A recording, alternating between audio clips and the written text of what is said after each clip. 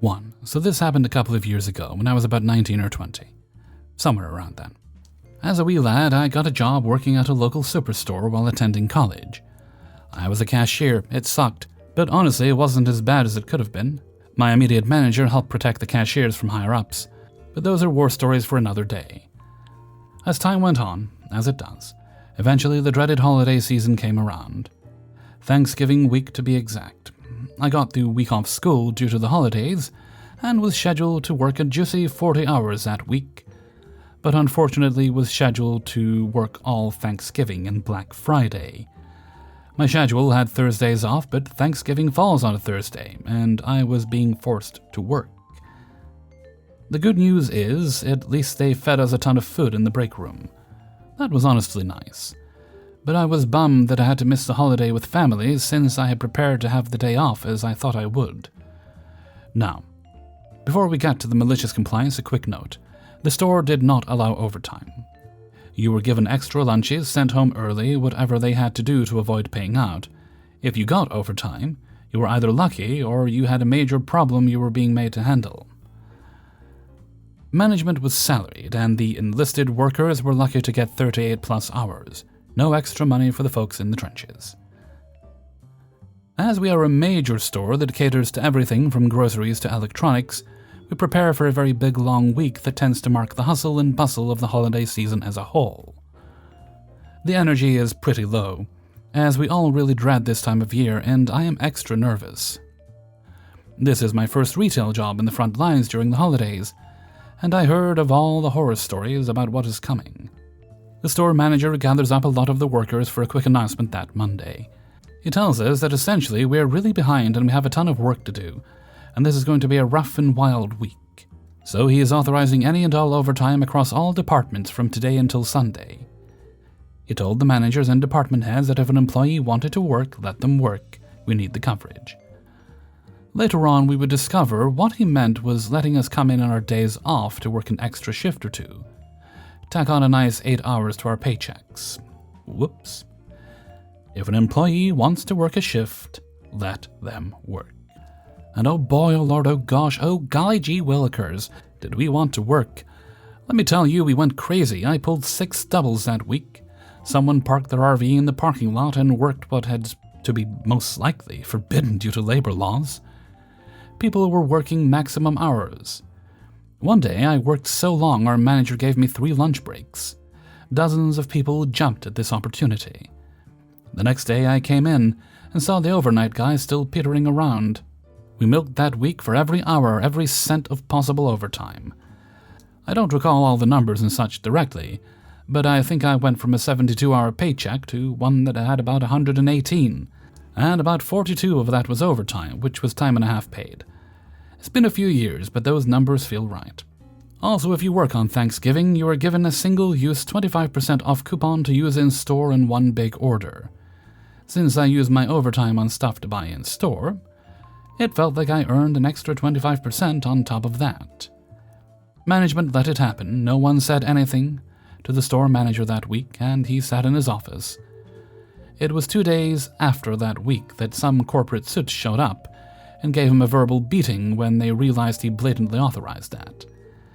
I think early on he realized his mistake, but the die was cast, and truth be told, we did need to get the work done. All that overtime, and we barely were ready for the open door on Black Friday. He was mad, shouted at a couple of managers after he got yelled at, asking why they let us work so much, but they just shrugged. If an employee wants to work a shift, let them. It was immediately dropped, and was clear it would never be allowed again, and policy will remain as it was. I bought a TV and just over a month of groceries, Christmas gifts for everyone, a new car battery, 2 new tires, and some random things here and there for myself. It was worth it. I'd do it again in a heartbeat. 2.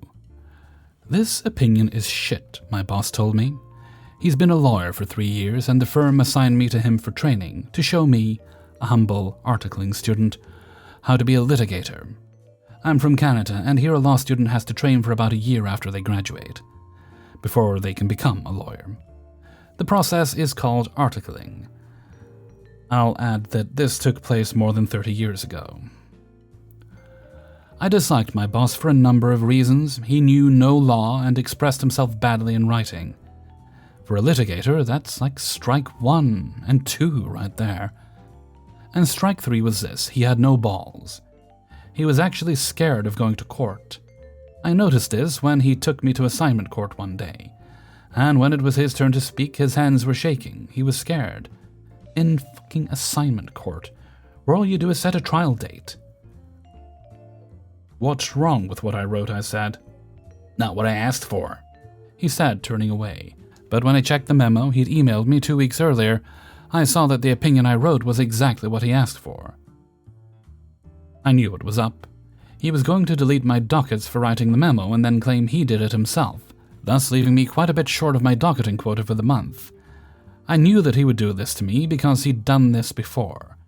I knew that my memo would wind up on a partner's desk without my name on it. I knew that for a fact, because the firm I worked at was one of the first in the city to have really good internal network. We were using email for internal communications before the internet became a thing, so the firm was way ahead in terms of technology, but not in terms of security, and not long after I joined the firm, I learned how to surf away on the firm's hard drive and find interesting things like evidence that my boss was plagiarizing my work. My boss was the very model of the young downtown lawyer. His perfect shoes always gleamed. He wore bespoke suits because he came from money. Everyone just took it for granted that he was on the partner track. I, on the other hand, was well on my way to not being hired back, so maybe he thought it was okay to mess with me. If so, that was a big mistake on his part because although he didn't know it yet, I was the articling student from hell. I didn't like having my billable hours messed with. I seriously resented it, because I was already being targeted as one of the students who doesn't dock it as much as he should, and I was getting pushback from the partner who headed our team. I told the partner what was going on, but he didn't care. It was like being back in middle school and showing up in the office with bruises on my face, and the principal saying boys will be boys and sending me on my way. "You'll just have to work harder or smarter," the partner said, when I reported the latest bullshit thing my boss did to me. I couldn't work harder. I was doing the usual 6 days a week that students downtown are forced to do, but I could work smarter. And that night, I thought up a plan. Christmas was coming, and I thought I'd give my boss a little present. It landed on his desk on December 24th in the form of a memo purporting to be from the partner that my boss reported to. The partner was an old guy and not really on board with emails and computers, so he did everything old school, on paper. So when my boss came in on December 24th and saw a memo on his desk from the partner with a legal research assignment, that wasn't unusual. The memo was drafted in the usual form that the partner used, because, of course, I had taken great pains to make sure that it looked authentic. My boss walked over to the little cubicles where the students worked and gave me the same memo, except his secretary had retyped it. So now the assignment was from him to me, instead of from the partner to my boss. The assignment was difficult, requiring me to do a deep dive into admiralty law, its relationship to the common law combined with a constitutional division of powers question. "This is a huge assignment," I whined, "and I'm going to be away. Can't you get someone else to do it? Is it really urgent?" The memo I'd forged to my boss stressed how totally urgent the situation was, but there was no way my boss could double-check with the partner because the partner left the day before vacation. That's why I'd waited until December 24th. "No can do," my boss said. "This is a big deal. Just let HR know. Maybe they'll give you time and a half or something." He turned his back and walked away, thinking he had ruined my holidays. But he was mistaken. You see, I'd written a paper for a third-year course that was basically the same thing as the research assignment in the memo. So the only work I had to do was find the old floppy disk with the drive on it, fiddle with it a bit, and voila! A very detailed and very long memo on an obscure point of admiralty law, with references dating back to Lord Coke's day. So I put the memo together and took my holidays as planned. I wasn't traveling anywhere, because I had no money. But I saw my family and stayed in town, and I made a point of dropping by the office during the holidays, sending an email or two, establishing that I was around, and docketing all my time for the huge amount of research I was allegedly doing. So the holidays end, and I'm sitting in my shitty little student's cubicle with a huge stack of work to do, and my boss comes up to me in one of his bespoke suits, with a gold tie pin and cufflinks to match. He was wearing a gold watch, too. He was dressed up, even for him, trying to make an impression of some kind. "Where's the memo? You were supposed to have it on my desk when I got back." "I'm going into a meeting at noon." "Just finished it this morning," I said, handing him the lengthy memo that was still warm from the printer. My boss took the memo in his hands and felt its heft, and he smiled. Then he turned and walked away without a word. Just before lunch, I heard a commotion down the hall. It was a pretty loud commotion, as such things go, a loud "fuck." Then the door was flung open. It was the partner, and he was screaming for my boss to get his ass into his office, now, right now, as in immediately. I had the pleasure of watching my boss scramble down the hall. "Just what the fucking fuck is this?" the partner said, standing in the doorway to his office and holding my handiwork with his thumb and index finger as if he were afraid that handling it would soil him. My boss mumbled something, and then the partner ushered him inside. I heard more shouting. Then the sound of muffled excuses. Then more shouting from the partner. Then the door flung open again. "Called in the 90s, get your ass in here too," the partner said. And I got my ass in there pronto. He asked me if I wrote the memo. I took it from him, looked it over. "I wrote it. The cover page has been changed to remove my name, but other than that, it's mine. I spent all Christmas on it. Is there something wrong with it?" The partner exploded. "Is there something wrong with it? Something wrong? I'll tell you what's wrong with it. It's useless. Totally useless." I explained that I'd followed my boss's instructions to the letter, and that I'd docketed more than 100 hours on it. At this, the partner really went nuts and told me to go back to my desk and fetch him the memo from my boss. I brought it to him, and when he read it, his face went red. He told me I could leave, and I got out of there. From my little student cubicle, I was close enough to hear the full chewing out my boss got, but I heard the details through the grapevine over the next few days about how the partners were seriously annoyed that my boss had wasted over 100 hours of a student's time on a useless task that was obviously a prank. And how had my boss not realized that he was being pranked? Was he an idiot? I wasn't blamed at all, of course. I'd been working under my boss's close supervision. He didn't get fired, but there were some good outcomes for me. For one thing, the partner told me to send him a copy of any memos I wrote for my boss, and that ended him taking credit for my work. My boss also stopped deleting my dockets for my research. Plus, I got a belated Christmas bonus for having to give up on my alleged vacation to write the stupid memo. I really hated my articling year, but whenever times were tough, I'd think back to the case of the forged memo, and that always brought a smile to my face. 3. I'm a 25-year-old female and have a friend, 25, who's been wanting me to play a game in a certain franchise for years now. It's not that I'm not interested, I've just been more invested in other things. After 5 or so years, I finally cracked down to play it and absolutely love it. My friend is equally excited and can't wait for me to get to their favorite parts. No, literally, they can't wait. Almost daily, I'm hounded with DMs asking how I like the game. Did I meet A yet? Have I done B yet? Have I finished C quest? Why is it taking so long for me to finish C quest? I prefer taking things in my own time, especially with a game of this scale. I want to take my sweet time exploring and finding things as I go. I feel like I'm progressing the plot at a decent pace. 50 hours into a game that other people have spent 300 on, and I'm doing fun side quests. Also, I have other hobbies, and I've been playing the game along with the other things going on in my life. I've told them as much, and they're not very happy about it. At first, they were supportive, if not a little pushy for me to play the game. When I talk about certain plot points and gameplay that I enjoyed, they'd brush off me gushing and say things along the lines of, "Oh, you haven't seen anything yet. You're not ready. Keep going." As I juggled between the game's 2 main missions, they pushed me to do one over the other because it's where the good stuff happens. Despite me saying multiple times that I wanted to go at my own pace and do both missions together, they hounded me with more messages about how I wasn't playing it right and I needed plot. I talked to them about it probably dozens of times, and they explained that they were so pushy because they needed someone else to talk to about that game. No, they wouldn't stop hounding me. I needed to keep going, for them, for our friendship. I'll thank them later, speedrun. So I played. I used guides to read up on things to finish the game as quickly as I could. I sent them a screen cap of my finished game file, and I gave them my honest opinion. I hated it. There was no build-up to anything. I didn't know any character well enough to be invested in their struggles, and the puzzles ranged from stupidly easy to unnecessarily complicated. That part of the game that they couldn't wait for me to find? Skipped over the dialogue. I probably won't bother playing the sequel. Maybe this other game in my list would interest me more than something I couldn't savor. Also, I kept a save file from before I rushed through everything. The game is Breath of the Wild, and I can't wait to actually play the game at my own pace.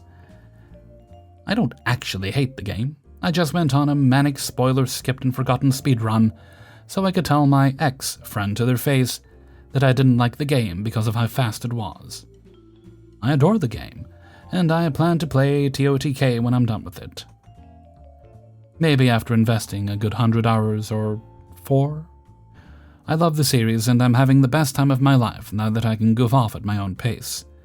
Knowing that I can discuss the game with my other friends who actually want me to enjoy the game is motivating me even more to keep going. 4. Okay, this story takes place over 30 years ago. I was 7.5. My mom and her second husband moved along with me, my brother and sister, and with her sister, who had 3 kids of her own, 2 girls and a boy. My mom was very pregnant with my little sister as well. Now across the street lived this other family. Mom, dad, and 2 kids, a little girl my age and a little boy maybe a year older. Every one of us kids loved the little boy. He was always sharing his toys and offering to help the younger kids tie their shoes, etc. His sister, though, was a brat, hitting other kids, calling them cruel names. Really, now that I think about it, a bully. This was around when Cabbage Patch dolls were at their height of popularity, and every girl and a lot of boys wanted one. Well, we couldn't afford them, so our grandmother made us all homemade dolls as close-looking to Cabbage Patch dolls as she could. The dolls turned up missing, all 6 of them. Then we noticed other toys were missing. Our parents lectured us about being careless. So we get invited to play with the kids across the street, and the little girl makes the mistake of letting me see her room, bragging about all her toys, if I remember right. I picked one of the dolls up and realized it was my doll. I asked her, and she says her dad got it for her. I was seething. I waited until she was engaged in some play with my cousins. I took all the toys out of her toy box and carried them across the street. My siblings helped me while the cousins kept her busy. So we dump all the toys in a pile in our living room floor, and soon her mother comes, screaming we robbed her precious daughter, and she wants the cops called. My mom and aunt are yelling. My stepdad is taking off his belt. And I calmly turn my doll upside down and lift its skirt. Now, it's important here, I tell you my mom was a bit OCD when it came to our stuff. Everything had our name either sewn or written on in permanent marker. The little girl insists her dad gave her the doll. Her mother backs her up. So I pick up the other dolls and show them the names. They're insisting it's just coincidence, and that's when her dad walks in. He listens to his wife complain about us being thieves, then asks me to show him the doll. I've said nothing this entire time. He looks at the name on the doll and turns to his daughter. "You're grounded. A month for stealing and a month for lying." I remember her mouth dropping open and her mother sputtering that we were the thieves. I also remember him looking his wife dead in the eye and saying, "I never bought a doll for her like this one. Also, I doubt I could find a Cabbage Patch doll with a name like that if I tried." This guy was livid. He yells for them to go home and then asks us kids if we have room for all those toys. Now, I'm pretty sure looking back, he knew only 1/10 of the toys were actually ours and that technically we had stolen her toys. Of course we found room. We did, however, let her brother go through them. And when the kids who lived a few doors down found out via her brother about our toys found in her toy box, they asked to look through. In the end, she lost all her toys and all her friends. 5. Back when I, a 38-year-old male, was in my mid-20s, the person who organized referees for minor soccer in my community retired from the volunteer position.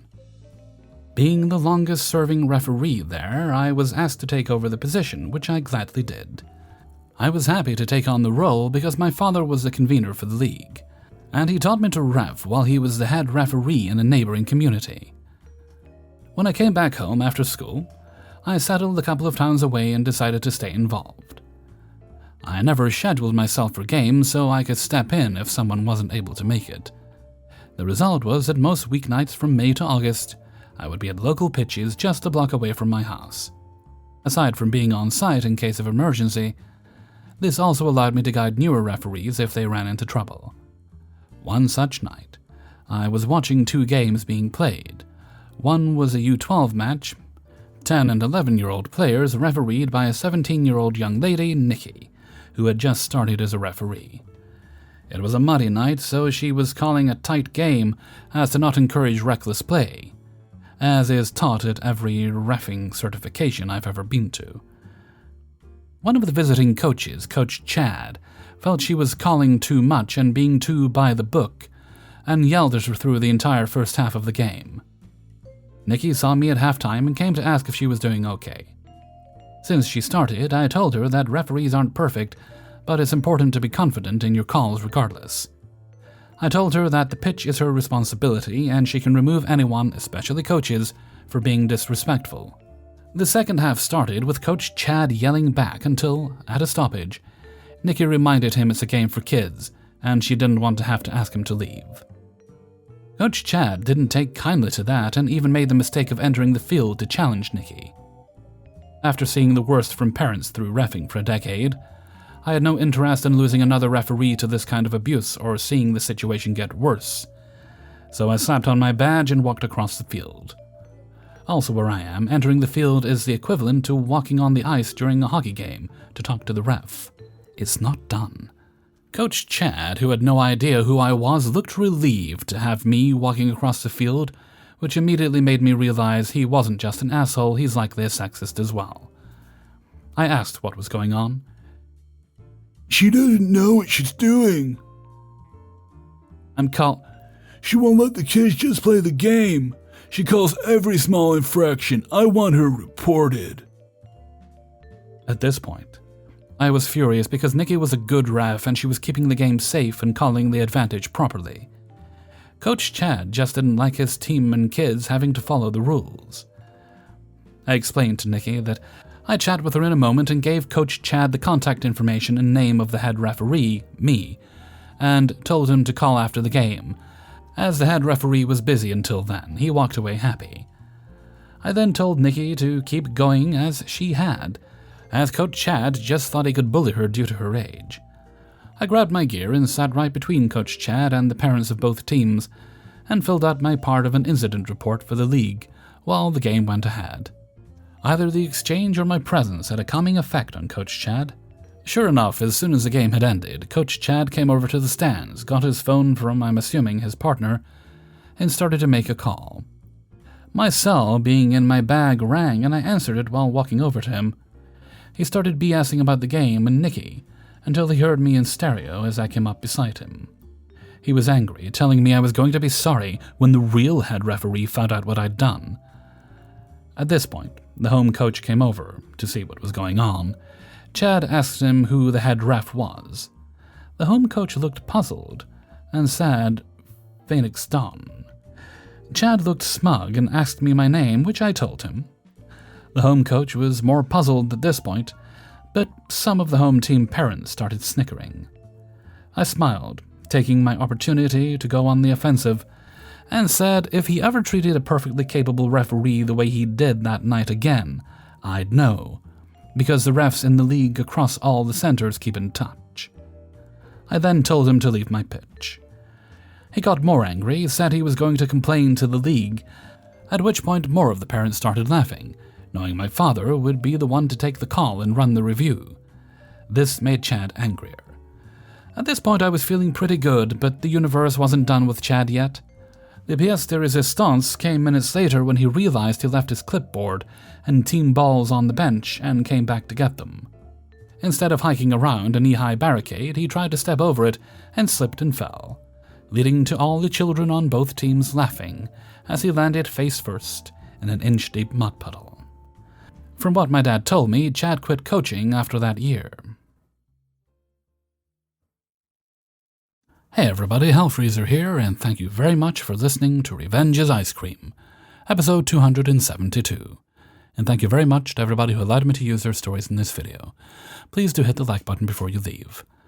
Also, if you'd like to get the videos a bit earlier, you can support me through Patreon. The link is in the description.